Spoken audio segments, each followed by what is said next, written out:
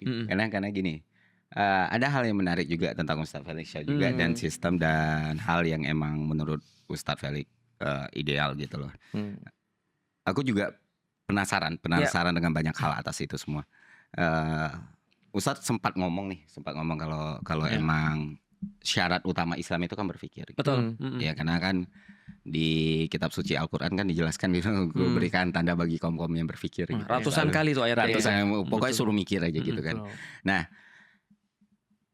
ketika ini kita sambungkan dengan diskusi sistem, ini korelasi sistem atau apa, tapi yang ditambahin Coki juga, artinya kan fundamentalnya sebenarnya di sumber daya manusia dan siapa yang menjalankannya. Gitu. Makanya kalau aku mungkin lebih melihat gini, oke, syariat Islam dijalankan, tapi ketika Ustadz bilang kan ketika sistem yang existing dijalankan dengan orang kompeten masih akan sama aja kacau. Iya, masih akan ada kekacauan. Tapi ketika syariat Islam dijalankan orang yang non kompeten, itu dampaknya bisa lebih berbahaya lagi gitu. Karena kan alat kontrolnya jadi sulit nih. Alat kontrol ini jadi sulit dan segala macam. Nah,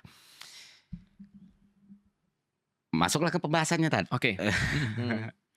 Kenapa jadi esensial banget manusia itu menggunakan otaknya, menggunakan kognitifnya dalam berkehidupan sehari-hari gitu loh. Baik dalam keilmuan Islam yang Ustadz pelajari atau keilmuan secara lebih universal lagi. Karena kan ada satu hal yang menarik Cok, ketika di podcastnya Ustadz Felix di Yuk Ngaji, Ustadz Felix itu secara terang-terangan mengatakan bahwa saya baca Madilog gitu kan.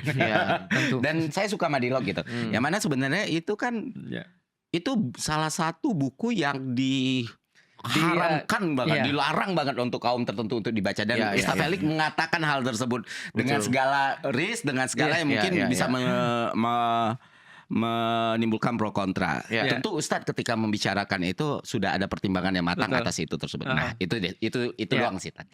Bahkan di perpustakaanku yang di depan pas kita podcast itu ada Karl Marx Das Kapital. Ada Wealth of Nation-nya Adam Smith. Nah, karena bagaimana mungkin kita bisa dalam tanda kutip ya punya satu pandangan kalau kita nggak pernah fair baca kan itu. Ketika aku baca Madilog ya bagian paling suka ya logika mistika sebenarnya.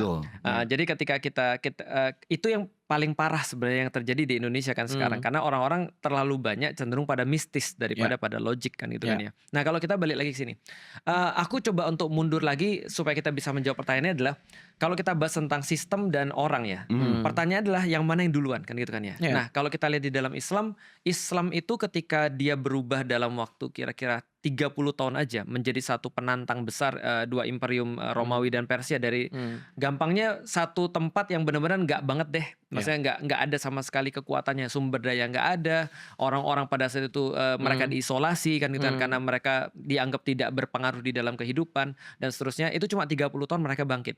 Nah, ketika kita lihat dan mengambil kesimpulan, berarti cuma satu yang menyebabkan mereka jadi sesuatu yang berbeda. Peningkatan taraf berpikir. Artinya mereka tidak berpikir seperti orang-orang pada zaman itu. Maka itu yang dikritik oleh Islam. Kan ketika ada orang mengatakan, kenapa kamu mengambil keputusan begini. Maka mereka menjawab, kami mengambil keputusan ini karena bapak kami juga begitu. Itu dikritik banget tuh di dalam Islam. Nah, artinya ketika orang-orang di zaman itu, satu kelompok yang sudah mengambil satu ideologi baru ini, yaitu namanya Islam itu, mereka kemudian punya cara berpikir yang berbeda. Nah, sehingga tadi kalau kita balik lagi soalan sistem itu salah satu yang menjadi fungsinya adalah dia mencetak orang-orang sistem itu adalah mencetak input apapun menjadi output yang sama. Nah, berarti ini yang terjadi pada Islam di masa awal-awal. Nah, jadi the perfect system mungkin sekarang kita nggak lihat, tapi bisa jadi nanti akan kita lihat. Menurutku ya tetap aku meyakini walaupun tetap berbeda dengan Coki, tapi orang-orang ini dicetak oleh sistem yang baik. Nah, apa kemudian yang dibiasakan di awal-awal berpikir? Karena pada saat itu yang dikembangkan oleh orang-orang adalah sami'na wa ata'na versi hancur. Versi hancur ya, sami'na wa ata'na versi hancur. Jadi kami dengar dan kami taat versi hancur. Contoh misalnya, kamu tuh budak. Karena kenapa? Karena kamu hitam. Sesederhana itu gitu kan ya. Kamu itu mohon maaf nih, kamu tuh bukan Jawa. Karena yang bisa jadi raja cuma Jawa misalnya. Ini cara berpikir yang kemudian tidak jelas juntrungannya yang kita bisa uji kan sebenarnya. Kenapa harus Jawa yang jadi raja misalnya? Atau misalnya kenapa harus misalnya laki-laki misalnya harus jadi pemimpin dan segala macamnya. Itu kan bisa diuji semuanya. Nah, ketika kemudian muncul satu kelompok yang dalam tanda kutip mereka punya kebebasan berpikir atau bukan kebebasan berpikir yang tidak bertanggung jawab ya, kebebasan berpikir yang bertanggung jawab yang sudah diarahkan oleh Islam, maka muncul satu kelompok yang punya ideas yang akhirnya baru punya sistem yang yang manifestasi sistem itu baru terlihat setelah berapa tahun? Futuh Makkah berarti ya. Ketika tahun 630 baru kemudian terlihat seperti apa kenyataannya itu. Setelah diperjuangkan mungkin selama berapa berarti? Sekitar 610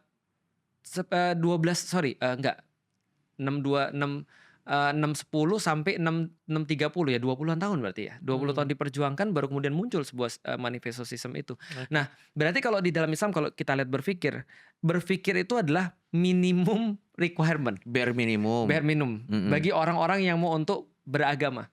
Jadi ketika dia nggak bisa berpikir, dia sebenarnya akan sangat sulit sekali untuk beragama. Maka seringkali aku bilang privilege-nya orang beragama itu adalah pintar. Jadi kalau dia pintar, dia lebih mudah untuk bisa memahami agama. Setidaknya seperti itu terjadi di masa lalu. Artinya kalau kita balik lagi ya. Karena kalau dia tidak pintar dan dia beragama, apa yang terjadi? Kalau dia logika mistika tadi. Iya betul. Akhirnya yang terjadi adalah seperti Quraisy itu. Seperti kafir Quraisy. Ketika dia merasa dia punya anak laki-laki, itu adalah aset bagi dia. Ketika dia punya anak perempuan, itu adalah sebuah kehinaan bagi dia. Samina wa ta'na yang versi hancur tadi. Kalau yang kayak wah ini air sudah ditiupin dan ini akan memberikan kamu kekayaan, ini garam ruqyah akan memberikan kamu dengan harga yang mahal, ini samina wa ta'na karena ini ulama. Itu ketika orang beragama dan dia tidak pakai akal, yang terjadi adalah orang-orang menggunakan agama untuk kepentingan pribadinya. Berarti itu di Indonesia sendiri sudah banyak sekali. Oh, bukan banyak lagi. Itu yang membuat aku nggak respect dengan kaum muslim pada zaman dulu kan. Karena mereka memanfaatkan agama untuk kepentingan mereka, bukan untuk kepentingan agama. Dan sebenarnya ini terjadi juga ketika Islam lagi masa jaya-jayanya. Ketika Islam lagi masa jaya-jayanya seperti kita maksud di Baghdad tadi itu, ada satu penulis ngomong bagus banget. Pada saat itu para ulama-ulama yang ada pada saat itu menyetarakan diri mereka seperti Rasulullah. Karena itu mereka adalah agama. Jadi kalau lu nyinggung gua, lu nyinggung agama. Padahal kan bisa jadi gue nggak suka sama lu doang, bukan nggak suka sama Islam kan? Boleh nggak orang nggak suka sama Felix? Boleh, nggak ada masalah. Dan orang nggak suka sama aku bukan berarti orang nggak suka sama Islam kan? Dan aku kan boleh-boleh aja. Dan Ustaz Felix kan bilang dulu di Baghdad, aku tidak menemukan perbedaan yang ada di Indonesia gitu. Nah, cuma di Indonesia sekarang parahnya adalah ini bukan hanya terjadi sindrom ini pada orang yang beragama, sindrom ini juga terjadi pada orang-orang yang bernegara. Karena sama yang diklaim oleh mereka kan, saya Indonesia, saya Pancasila. Berarti siapapun yang tidak sama dengan saya ataupun siapapun bertentangan dengan saya, berarti lu punya masalah dengan Indonesia, lu punya masalah dengan Pancasila. Enggak, gue cuma nggak suka lu aja. Betul. Dan kayak gimana memitigasi hal tersebut? Berarti kan sama kayak Ustaz Felix bilang berpikir adalah minimum requirement, dan karena Ustaz Felix ngomong kayak gitu, aku ngelihat banyak sekali ternyata orang-orang yang beragama tidak berpikir, pada akhirnya melakukan hal-hal seperti itu, dan pada ujungnya itu menimbulkan satu ekosistem atau kelompok masyarakat yang benar-benar bisa resisten dan bisa menjadi ancaman untuk masyarakat lain kan. Benar. Kayak amar ma'ruf nahi mungkar itu diterjemahkan dengan cara yang berbeda gitu. Iya, itulah memang PR-ku sih. Artinya kalau aku ditanya begitu aku tetap nggak bisa ngelak sih. Itu tetap PR-ku. Karena ya yang paling sederhana aja Ramadan. Iya. Ramadan kalau misalnya Coki makan di luar, pasti digerebek Coki. Ya, mungkin kalau lu makan dekat-dekat kantor tertentu lah ya. Kalau lu makan di kantor gua nggak apa-apa lu. Betul. Gua fasilitasin. Gitu kan ya. Tapi mungkin di tempat-tempat tertentu agak susah. Mungkin karena mungkin kalau tadi gua tertarik menanggapi kan mungkin bare minimumnya harusnya bisa berpikir. Gue sepakat ini. Gue rasa ideologi apapun menurut gue bare minimumnya itu harus berpikir. Enggak juga, Jok. Enggak. Gue tahu kenapa jadi banyak problematik. Karena cara masuknya kegampangan. Cuman kalimat doang. Iya. Tinggal asyhadu gitu ya. Padahal asyhadu itu perlu mikir. Harusnya IP-nya juga dicek. Bro. Lu jangan gitu. Kalau IPK-nya dicek, Bahlil nggak bisa jadi menteri. Gimana sih lu? Tapi kan setidaknya dia ada. Terlepas itu asli atau tidak, kita tidak. Aku sepakat sih. Itu bapak gue pernah bilang begitu. Lik, jangan-jangan Lik, kenapa Islam itu jadi hancur? Karena Islam itu tidak disaring, tidak difilter. Dan gua rasa ini permasalahan semua kepercayaan menurut gua. Tidak hanya semua kepercayaan sih, tapi semua jabatan dan juga semua yang berwenang itu problematikanya di titik itu kan. Ketika yang masuk itu tidak difilter gitu maksudnya kan. Termasuk kalau di dalam Islam menurutku bukan yang masuk nggak difilter sih. Yang dari awal. Karena yang masuk tuh ya minimal yang masuk ya minimal, kecuali yang aneh-aneh ya. Minimal yang masuk tuh akan takut dulu. Kayak aku gitu kan ya. Jadi artinya dia sudah punya semacam kayak apa ya, semacam kayak semacam kayak mitigasi atau sesuatu yang membuat dia harus berpikir terus menerus berkali-kali untuk bisa masuk di dalam agama Islam. Tapi ya bebannya Islam itu adalah orang-orang yang sudah dari awal di dalam Islam, itu bebannya di situ. Ya beban sih kalau jadi masalah kan nggak bisa pakai kartu itu. Iya. Kalau Ustadz udah kepake, Coki belum nih. Ada jurnal yang sangat menarik. Jadi Pew Research itu ketika 2017 kalau nggak salah, nanti coba bisa dicek lagi. Dia mengatakan the fastest growing religion on earth adalah Islam. Tapi menariknya adalah Indonesia pada tahun 2017 itu nggak masuk lagi negeri nomor 1 dengan Muslim terbanyak. Terus apa? Pakistan. Kalau nggak salah Bangladesh atau Pakistan kalau nggak salah. Antara dua itu gue antara dua itu. Lu pernah baca ya? Sepemahaman saya bisa dicek lagi ya teman-teman, itu Pakistan. Pakistan atau Bangladesh lah. Ya, kalau kita nomor 2 atau nomor 3 gitu lupa. Ada India di situ kalau nggak salah. Iya, India juga termasuk. Nah, itu mengagetkan kan. Mengagetkan kan. Karena kan India kan katakan 15-20% umat Muslim di India. Udah berapa banyak. Orang Indianya udah 1 M gitu. Udah satu populasi Indonesia dong berarti kan sekitar 200 juta atau 300 juta. Betul. Nah, artinya kalau kita lihat menariknya apa? Menariknya adalah yang dibahas kenapa Indonesia tidak jadi Muslim yang terbanyak lagi. Karena sebenarnya Indonesia tuh mandek. Jadi secara tren, walaupun kita tetap banyak ya 275 juta dan 80%-nya mungkin Muslim, tapi mereka mandek sebenarnya. Nah, yang faktor yang paling utama itu adalah edukasi.